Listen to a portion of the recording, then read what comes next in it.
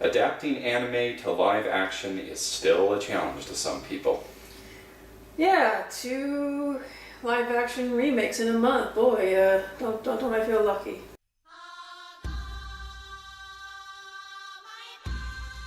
Okay, Ghost in the Shell. This is a big one, and me, I didn't like it. And for me, it was a little better than average. To me, like it's not about the visuals. It's not about the casting or the characters. To me, it was all about the story. Like, I've read the original manga and I've seen the 1995 anime movie, and those two things are quite different. But the same message was there, and this is what annoyed me. In the original, it was pretty philosophical, pretty political. I understand you want to tone those things down. You know, you want a larger audience to understand this. But it was all about not just asking questions about life, but about technology, the differences between the two, or are they that different at all? About reaching the World Wide Web, the age of information, reaching a higher plane of existence. Can we both coexist? Can technology be the next life form? Instead of from that to being my past, I gotta find out my past. Oh, it's about my past. And I was just shaking my head the whole time. I'm like, when are they going to get to the real questions that this was supposed to ask?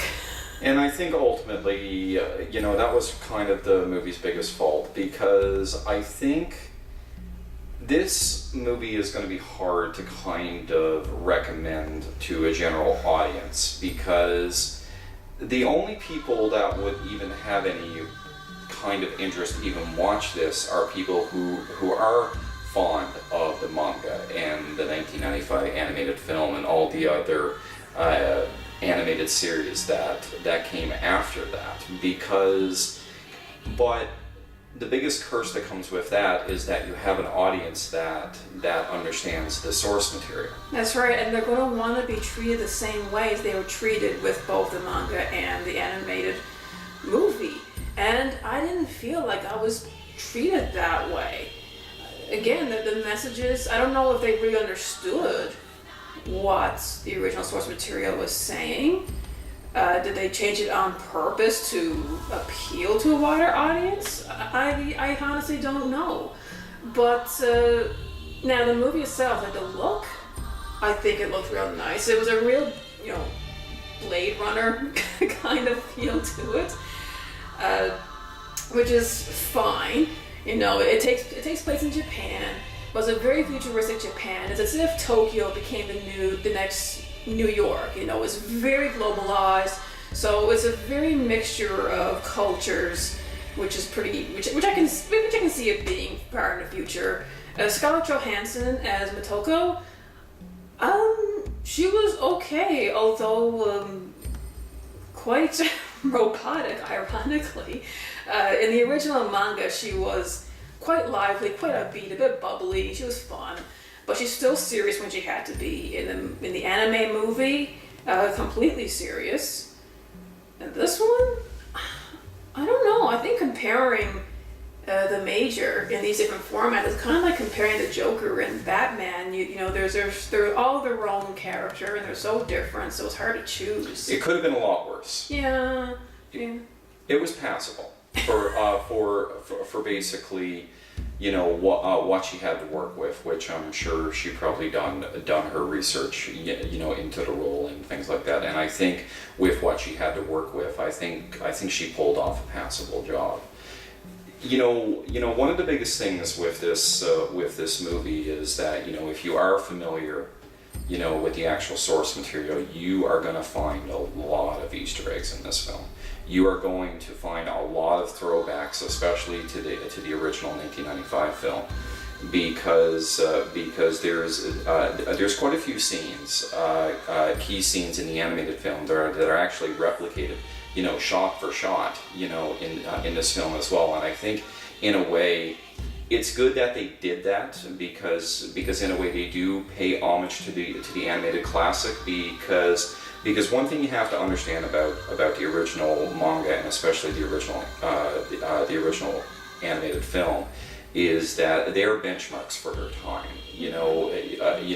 They are the very definition of what classifies as high caliber anime to begin with, or high caliber manga to begin with. So I think one of the reasons why that they kept a lot of the key scenes is to pay homage to the original source material.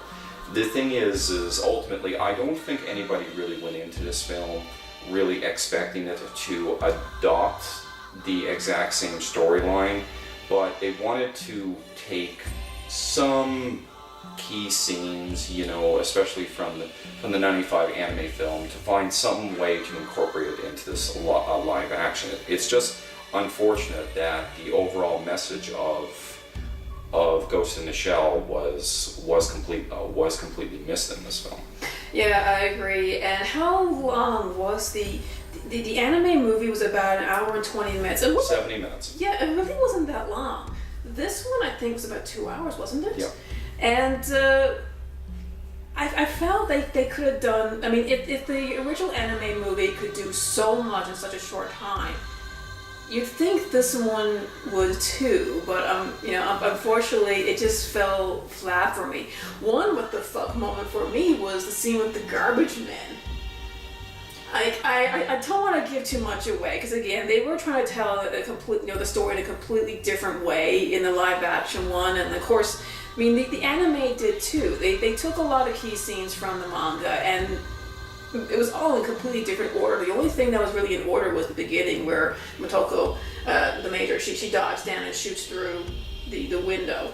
That's in the live action too, which is awesome.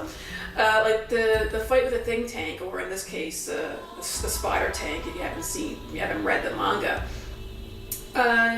it was used for a completely different purpose in all three versions. In the manga, it actually takes place in the middle of the story. In the anime movie, it was served as the climax. It's kind of used as the climax in this one as well, but I mean, again, it's there for a different reason.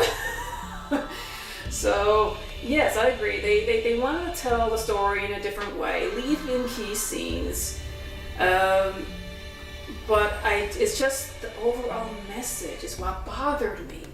It went from being a crime story to asking questions about life and where it's heading, to being about, I gotta find out about my past. Like it's a manhunt for my, for my personal self, for what happened to me in the past. And I didn't really like that. I mean, that's just me. Some of you might enjoy it because, I'm sure you can incorporate some of the messages about the future of life in the world of information to, related to our past or where we came from. But I just don't think this movie took that twist, and I don't think they applied it very well, especially for someone who is so familiar with the source material and the direction of Oshii of the anime, because he took a story that's very upbeat with serious tones and he made it something, a complete reimagining. And I would have liked this movie to do the same sort of thing, but instead they were too focused on borrowing from the source material, like just to pay homage to it. It's kind of at the end. They played the famous track "Making of Cyborg," which plays at the beginning of the anime movie where Motoko was being constructed. That had no relevance to me, except for the fact, we're putting this in there because it was in the anime and people recognize it. That song had a huge significance to the story, and I'm not sure if they caught on to that. But when you're familiar with it, it sounded really out of place when they played the end credits. It's the thing is that it goes back to the original point that we want to make, is that I think the reason why that story was taken in the way it did, I think it was purposely used to kind of dumb it down, to make it easier to follow, because I think to people who are not familiar with the actual source material, they're going to go into this film thinking it's just kind of like a futuristic sci-fi tale. And if anyone had no knowledge of the source material, this is probably the same feeling that they probably get into it. When you start mixing philosophy and politics and ethics and things like that, then you might end up trying to alienate the audience that you're trying to promote the film to begin with, because if you had no knowledge of any of the source material coming into this film, then you would basically go into it thinking it was more of a little better than average sci-fi action film. And the thing is that in a way it does those things right, because a lot of the characters are likable, the action is solid, and I think the biggest plus going for this movie is, as we said before, is that the visuals are beyond amazing. The whole visual futuristic aesthetic of this film is really gorgeous, but unfortunately, it's as another reviewer said about this film, you can try to make a film as pretty as you can, but if you take the overall message and you just don't do a good job of portraying that, then you're just going to be left with a shiny but a hollow product. And unfortunately, I think at the end of the day, I think that is what this film came out to be. It was a pretty film. What it wanted to do, it done better than average, but ultimately it was a hollow product. Yeah, I don't think it was fantastic, but it's okay. If overall, if you're brand new to the idea of Ghost in the Shell, I think you might like this. I'd say it's something new for you to enjoy. However, if you're a veteran to the franchise, I think you're going to be in for some disappointment, but I think you'll still have fun, at least looking for all of the references to the anime. So otherwise, just go there with an open mind and be your own judge.